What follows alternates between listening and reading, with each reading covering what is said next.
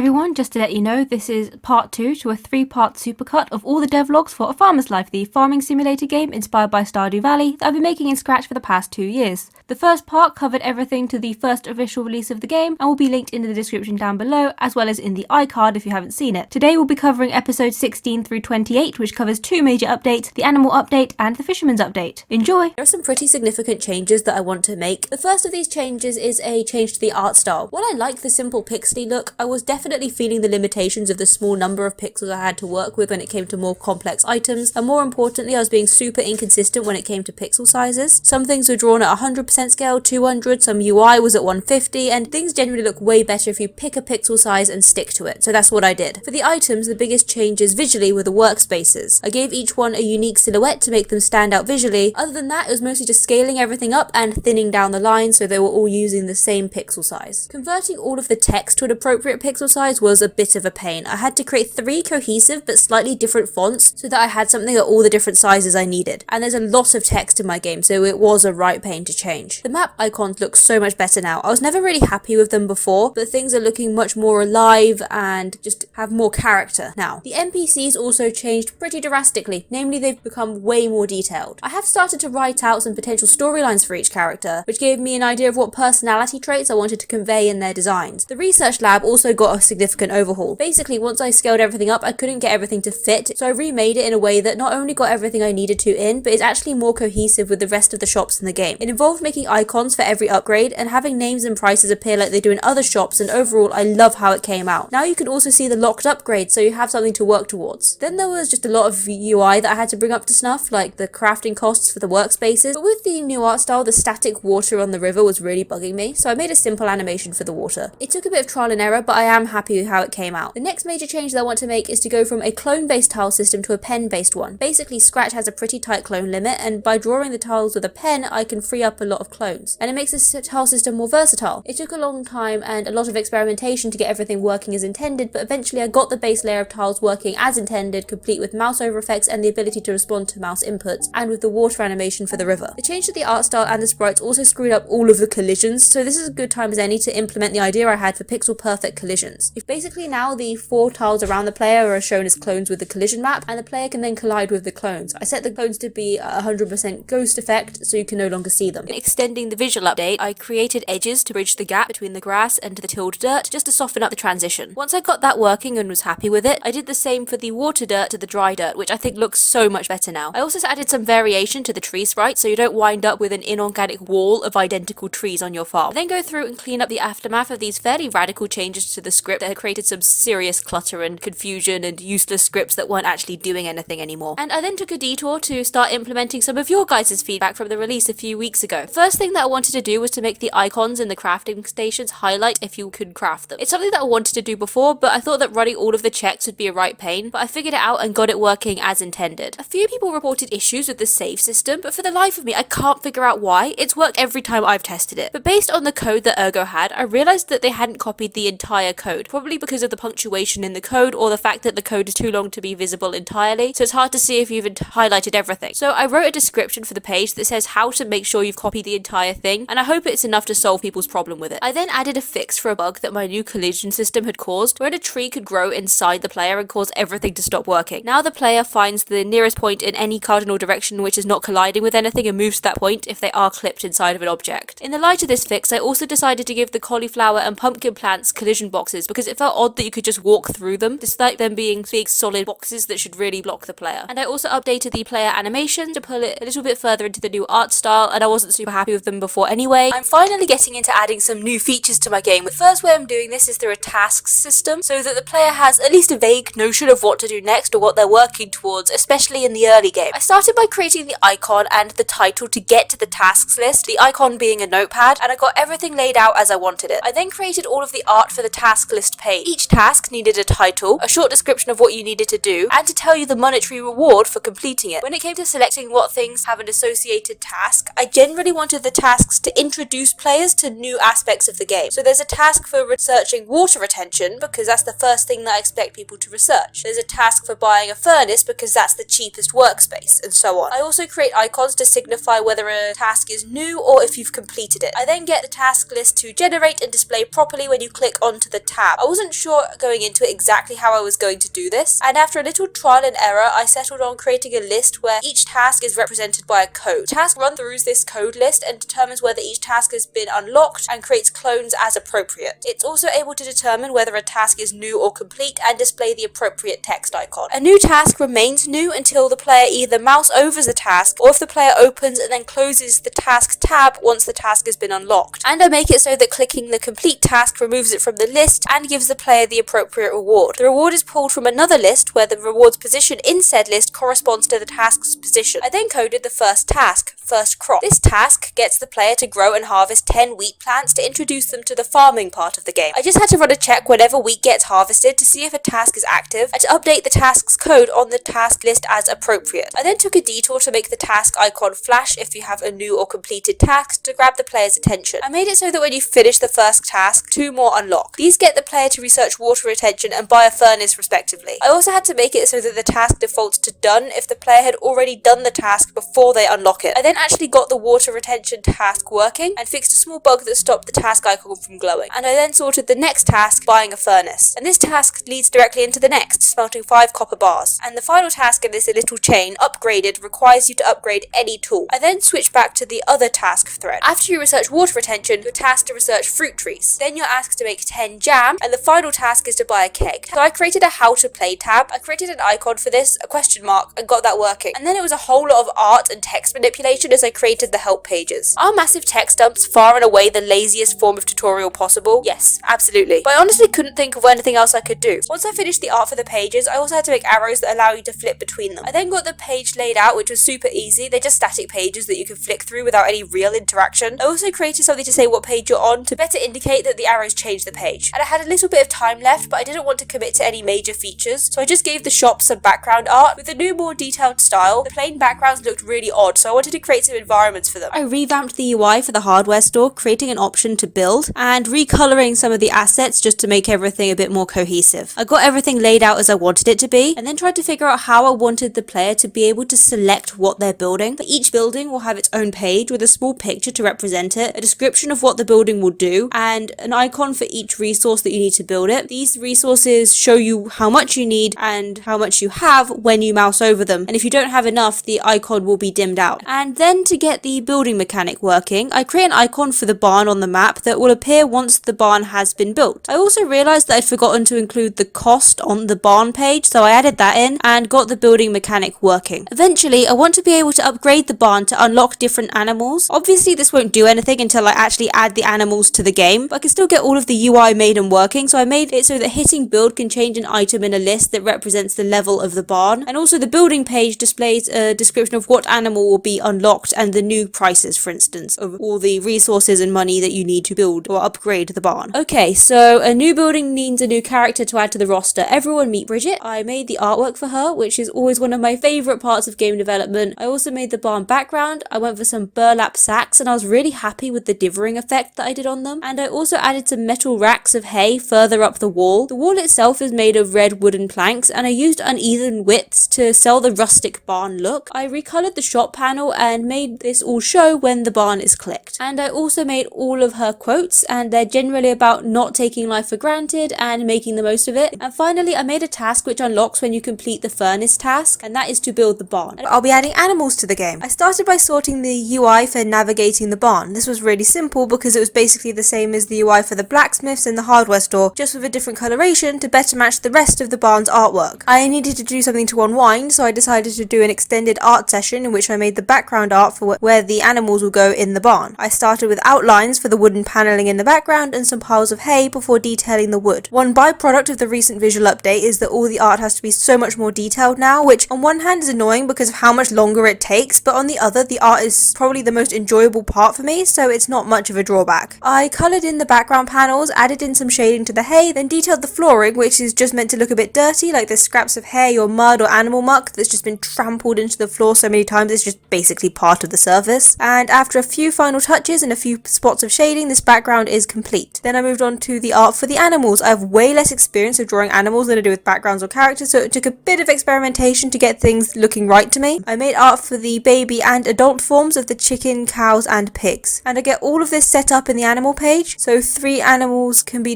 displayed per page with an option to purchase the animal if you haven't yet. I get all of that working with these sprites displaying the appropriate costume at the appropriate time, and then implement the functionality for baby animals to grow up into their adult forms. Next, I want to get the animals to produce goods, so I made the art for an egg. I converted this into an icon that will appear when an egg can be collected. And I get that producing, and I make it so you can collect the egg when the chicken is clicked. To do this, I had to add the egg to the inventory. I made a new tab in the inventory for animal products, making the art and label for this and getting it to display. I added the egg to the item index and got it appearing correctly and made the label for it. And that allowed me to make it so you can actually obtain the egg item. You need to be able to feed the animals, so I created UI to show you how much food is currently in the barn. I get that displaying correctly and create a button to allow you to refill the food supply. I get the refill screen all laid out with icons for each crop and added some mouse over effects, making the icons light up if you have it in your inventory, and make it so that you can click and hold to add the item to the barn. And then I sorted some UI elements for the animals and made it so you can select and purchase the cows and pigs. And because we have the basic mechanic for it sorted already, I make the milk item and get it set up in the inventory. Next, I created some new tools, a milk bucket to collect milk and a cleaver to collect meat products. I made items for the meat products, and the only real challenge here was making the beef and pork look different enough. I also made versions of these items on grey backgrounds for the barn shop. Speaking of which, let's get the shop sorted. I made a bunch of art icons for the bucket and cleaver, both bought and not, and recolored buy and sell buttons for the shop to fit into the barn's look. I get all of that laid out correctly with the appropriate buttons, navigating you to the correct pages of the barn. I made the labels for the cleaver and bucket, and something that took me way too long to get working was all of the mouse over UI for the items. It was tricky because what I had to display for the bucket and cleaver was drastically different to the sellable items, but I eventually got everything sorted and working. I made it so that you can actually buy these new tools and that the UI changes from click to buy to bought once you've unlocked them. And I copied the sell code from the normal shop and applied it to the items in the barn shop, so now you can sell them. Next, I made it so that the correct tools display for the animals versus the farm, and while I was at it, I made it so that the only tool you can use in the quarry is the pickaxe. I added in the mechanic that pressing the keybind for a tool that's already selected deselects it, and I dull out any tools that you haven't unlocked yet. Now that you can select the new tools, I can make it so they can collect milk and butcher the animals. To try and ensure that people don't accidentally butcher an animal they don't want to, I created a red skull icon that appears over the animal if the cleaver is selected when you mouse over them. And I wanted to integrate animals into the other systems in my game, the first of these being research. I made two research options: animal satiety, which reduces the amount of food that animals eat, and animal production, which means that chickens and cows produce their eggs and milk more frequently. I made icons for each as well as their descriptions, and implementing the mechanics behind these was super easy. The next system that I wanted to work the animals into was the tutorial page I added a couple episodes ago. I needed to explain the process of building the barn, buying the animals, collecting the animal products like eggs, the new tools, and as always I had not planned these pages out in the slightest, so it took a bit of experimentation to get everything fitting in a way that looked right and made sense. I also made the labels for each page number. Next was the completion log. I created a tab for the animals, and while I was at it I touched up the art for the achievement tab icon. I blacked out the icons for each animal product, and it was super easy to get all of this laid out because of how I had set it up before. What took a bit longer was finding all the places where you could find these items and run a check to see if you discovered them, but I got that sorted quickly enough. And I made an achievement, animal person, for when you collect enough of these items. I realised that as you upgrade the barn and unlock more animals, the food capacity should also increase, so I quickly added that in. And finally, I wanted to add these new features to the request system. I made it so that Bridget, the barn shopkeep, can make requests. She'll only do this if the barn has been built, so it feels like you're unlocking a bit more when you do so, and her favourite items are naturally the new animal products. And I created the art for a new workspace, the refinery. This will be your catch-all crafting station. Then I made the art for all the new items. The selection is a bit random. It basically came down to what things I would expect to be able to make from the existing items. For each item I needed an inventory icon, a pickup icon, and a name label. I also made the art for another workspace, the butcher block, where you'll be able to break the basic meat products into smaller cuts like ground beef or bacon. The workspaces also needed a version of the inventory icon recolored for the hardware store. I added all of the new items to the item index and gave them their places in the inventory. I then sorted out buying the workspaces in the hardware store. I got these laid out and made the descriptions of each. I then sorted out some of the mechanics related to the workspaces. I made it so you can place them and implemented into the sorting order-esque depth system and the pixel perfect collision system. And then I made it so that you can open the workspaces with the correct items appearing. Next, I sorted the recipes for each craftable. I started with some busy work making the art for the UI. The most notable thing here is that now I want to add in some recipes of 2 ingredients, which I knew would be a bit of a pain to implement, but that I thought would be necessary for some things. I added all of the new recipes to a list so they can appear correctly, and then did a pretty significant overhaul to the code to accommodate the second ingredient if necessary. I then sorted out getting the craftables to light up when you have the correct ingredients, as well as the crafting itself. Both of these have been set up in a really modular way, so all I really had to do was type in some values into the custom blocks, and to add a really simple check to see if a recipe had 2 ingredients. And I sorted these items' positions in the compilation log, creating the blacked out icons and got them laid out correctly before adding in a few final touches to the crafting, making sure to add checks to the discovery of the new items for the completion log. I established prices for each item, and for now I'll just add them to the requests that NPCs can make. On that note, I also made it so these late game products can only be requested once the barn is built, because if there are too many requests early on that you simply can't fulfill, it might get a bit annoying. And finally, I made it so that some crafting recipes produce more than one item per run through. I only use this for the new meat cuts, because if you're cutting down a large piece of meat, it stands to reason, to me at least, that it should be a bit more generous than a one-to-one conversion. Making music is not my forte, and I have a pretty scrappy method for putting some passable tracks together. It starts with picking out an instrument that kind of fits the vibe that I want for the piece, then hitting random keys on the keyboard to create the main melody. I then use the piano reel to physically shape and manipulate these notes to make them more appealing to the ear, and then added more instruments to create a certain atmosphere. For instance, the quarry, I wanted a lonely, desolate, open feel, so I used a high bell-like sound for the main melody and didn't use any other instruments to make it feel more isolating. In contrast, the shop has multiple different instruments to create a more familiar feel. The instruments and sounds that I chose also reflected the atmosphere or vibes of the place where they play. So in the track that plays in the blacksmith, there's a rhythmic drum beat and a high metallic ting to try and subtly invoke the idea of a hammer striking an anvil. Or for a few tracks, I would try and consider what genre of music fit the atmosphere. So for the barn, I chose instruments that I would associate with Western music, as that's a genre that I connect with animal ranchers. I created tracks for the quarry, the blacksmith, the shop, the hardware store, the lab, and the barn. Only one for each for now, but I hope that there being a different track for each location will add some much needed variety. Now, back in Scratch, I made a sprite to handle all of the music. This generates a clone whenever the location switches to someone with a new track. The appropriate track fades into the appropriate volume in accordance with the volume variable and loops it until the player goes to a new location. When this happens, the volume fades back out and the clone deletes. There were a couple of considerations and edge cases. For example, if the player goes to the map or the inventory or anything like that, the current track had to keep playing. To do this, I added all of the pages where the same track should continue to a list and had the clone check to see if the open page was on said list before deleting. Another edge case was the request board, which doesn't have its own track, so instead plays the same track as the farm. This was another quick check just to make certain when the track needed to delete and continue. So then I added sounds to all the new systems, so the UI for the building menu in the hardware store, the barn, everything to do with the animals, etc, etc. I also created an effect for the build tab where if you can't build the new building, the items you're missing or the money if you can't afford it jitter slightly to draw your attention to what you're missing and hopefully create a more responsive feel that doesn't leave the player wondering what they did wrong. And then something that I'd been kind of putting off, updating the save load function to accommodate all the new elements of the game. I had to make it so that the save code included any new variables and lists that I had since added, and that the loading function can then cycle through this to set the lists correctly. And finally, another thing that I've been really procrastinating on is updating the art for the start menu. Basically, it's one of the few elements that haven't brought up to the new art style, and it's something that really needs to change before the next update. I'm still happy with the general layout though, and I wanted to keep that the same. I started with trying to edit the existing costumes, but I eventually realized it was just easier to remake the costumes from scratch, using the old ones as a reference for the general placement of the various elements. It just involved a lot of rounding off corners and shading for the most part. I also added in Bridget, the new NPC, to the screen with her reaction on being clicked to raise her hand to her ears, though she can't really hear very well. I also updated the thumbnail with new art and changed the V1 text to V2 animals update. I'll be working on a new feature for the game, fishing. So the first part of this was adding an option to build a fisherman's hut. I started creating all of the UI for the build page, including an icon for the building and all of the text. I also needed to make it so that you can switch between the barn and fisherman's hut pages, which required a pretty significant refactor to the system. I hadn't set this up in a particularly modular way, which definitely came back to bite me here, but it's a lot more modular now, so I can easily add more buildings down the line. I also needed the UI to display what items you need and how much of them you have with the appropriate items for the new building. I also had to create a map icon that appears if and only if the fishing hut has been built. This was based off the icon I made for the builds tab, and it was really simple to implement as it acts exactly the same way as the barn icon does. Then I made the label for the fishing hut and started the art for the hut itself, which of course means the introduction of a new NPC, Felix. The only thing that really gave me any trouble was the background color. For some reason it took me like 3 attempts to get something I liked. I recolored the shop panel before moving on to the quotes. I had a lot of fun with these. To emphasize the fact that this is a child, he's just constantly coming out with fish and ocean themed jokes. I think it gives him a lot of personality and really sets Felix apart from the other NPCs. It was a bit more complex to get this set up than it was for the other NPCs, as I needed a punchline to always follow the correct joke, but it wasn't too hard to do and it was definitely worth it. I love how this this came out. I recolored some of the UI assets to fit the Fisherman's Hut colors and got those laid out correctly before making a whole host of new fishing related items, namely baits and fish. There are 3 types of bait: insects, bait refined from said insects to make them more potent, and then commercial grade baits that you'll purchase from the fish shop. There are also a lot of fishable items, including fish obviously, but also crustaceans like crab and seaweed. Each of these items needed an inventory icon and a name label. I added these items to the item index and created a new tab in the inventory for them and got the items displaying correctly. I also made the pickup effect icons for each of the insects and insect baits. The other items did not need icons as they'll only be attainable for either the shop panel or the fishing panel, where the pickup effect just isn't displayed. For the insects, the player will just randomly find them when doing menial tasks like farming, mining or wood chopping. So I added in the chance for these to drop when, for instance, a crop is harvested. And I added the recipes to craft the insect-based bait at the refinery, creating the art for the ingredient UI. And I could then get the shop set up, making the buy and sell UI appear as appropriate. I recolored the items assets to match the rest of the shop's UI and got all of the icons to display correctly with the baits on the buy tab and the fish on the sell tab. I also needed to set up the actual buy and sell mechanics, and all of this was super easy because it was really just a copy-paste scenario from the other shops. I wanted to start the art for the fishing page. One detail that I love is that if you haven't built the barn, the background of the fishing page will be a forest, but if you have built the barn, you'll be able to see it in the background. I also created the art for the net in varying stages of empty, mid-fish and full, and I got the nets displaying. I made the background art for a net page where you'll be able to manage the baits and the fish for each net.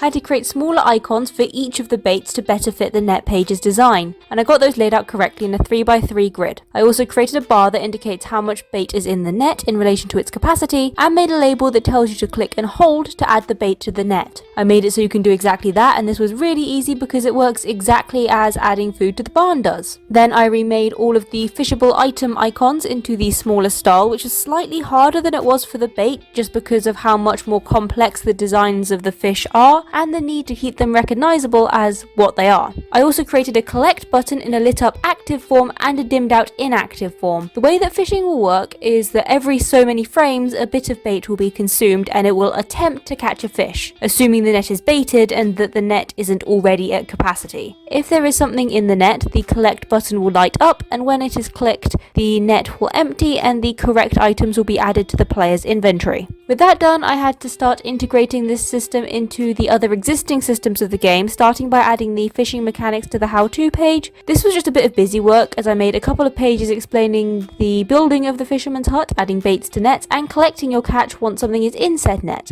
I got these to display correctly before moving on to the completion log. I created blacked out versions of each fishable item and got those displaying on a new fishing tab in the log, for which I used the same icon as the fishing products in the inventory tab. I made it so that any new fish get added to the log when you collect a catch, and make it so that the completion bar adjusts accordingly. I also added a new achievement, Officially Fishy, which relates to getting a certain number of each fishable item, 1 for bronze, 10 for silver and 100 for gold. I needed to create a description for this and add a check on collecting a catch to see if that pushes you over the threshold for the next achievement. I then added Felix to the request board, creating an icon for him. His favourite items are the ones you've caught through fishing, and he'll only make requests once the fisherman's hut is built. In fact, fishable items will only be requested by anyone once this is the case. Getting Felix to make requests was a bit complex because it had to factor in whether or not the barn had been built, and thereby whether or not Bridget can make requests either. I then made a small edit to the completion log that I felt like I wanted when playtesting for the last update, and that's that it now says how many of each crop or good or whatever that you have obtained to help you unlock achievements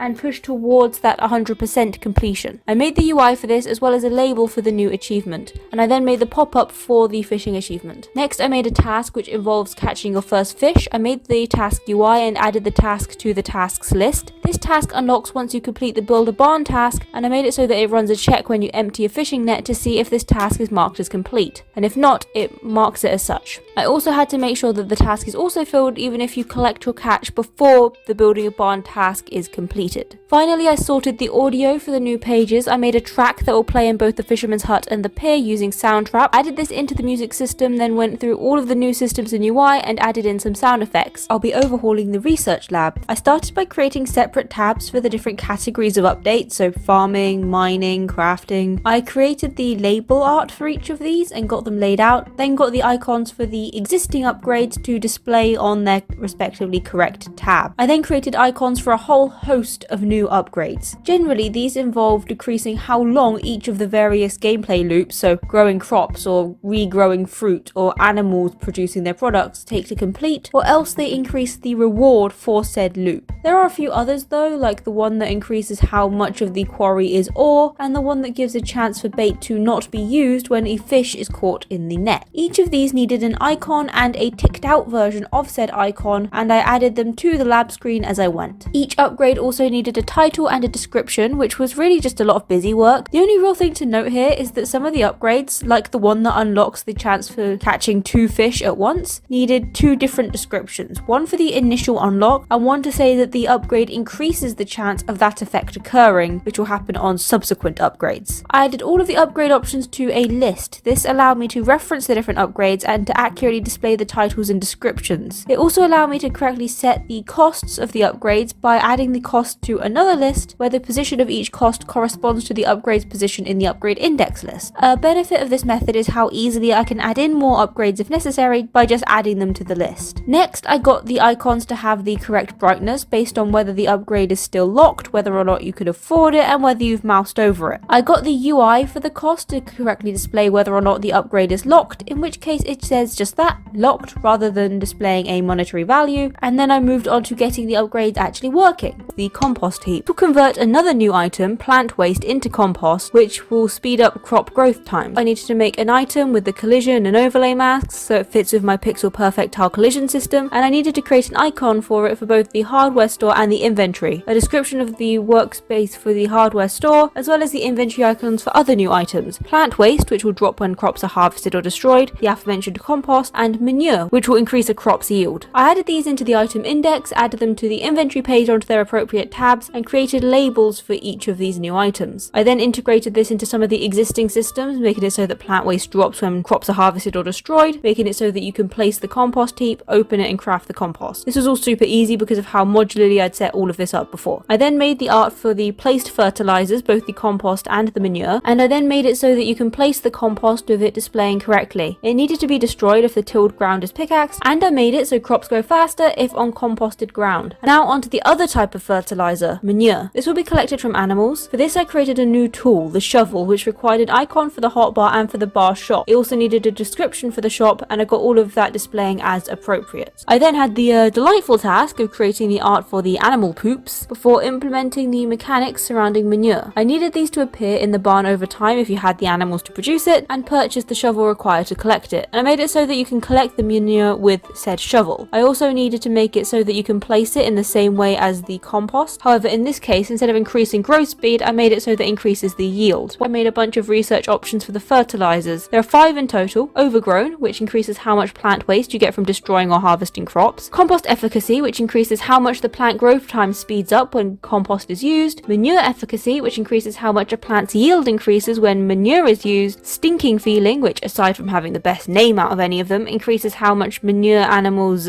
produce. And finally, fertilizer fortitude, which means that there's a chance for fertilizer not to be used up on each harvest. These all needed icons, labels, descriptions, and to be added to the upgrade index and cost lists. And then I had to go through and actually implement the effects behind each upgrade. Now for some quality of life improvements, starting with inventory descriptions, I realized that I needed a way for the player to identify what each fertilizer does, so I made a little tagline for each of these, and while I was at it I added description for each of the fishing baits so that the player can easily identify which ones are better or worse without having to guess or physically experiment with each of the nets. I also created a bit of UI to tell the player what tiles items can be placed on. Then I moved on to the polish elements to prep me for the next public build, starting with the save load system. Other than that, I added in a couple sound effects, added the new NPC Felix to the start screen, and updated the project thumbnail. From here I've got a lot of playtesting and bug fixing to do to get this out to you, but otherwise thanks for watching. I hope you enjoyed this video. Like and subscribe if you did, it lets me know that there's something you want to see more of. Check out the game or join the Discord, both linked in the description down below, and I'll see you next week with another video. Bye!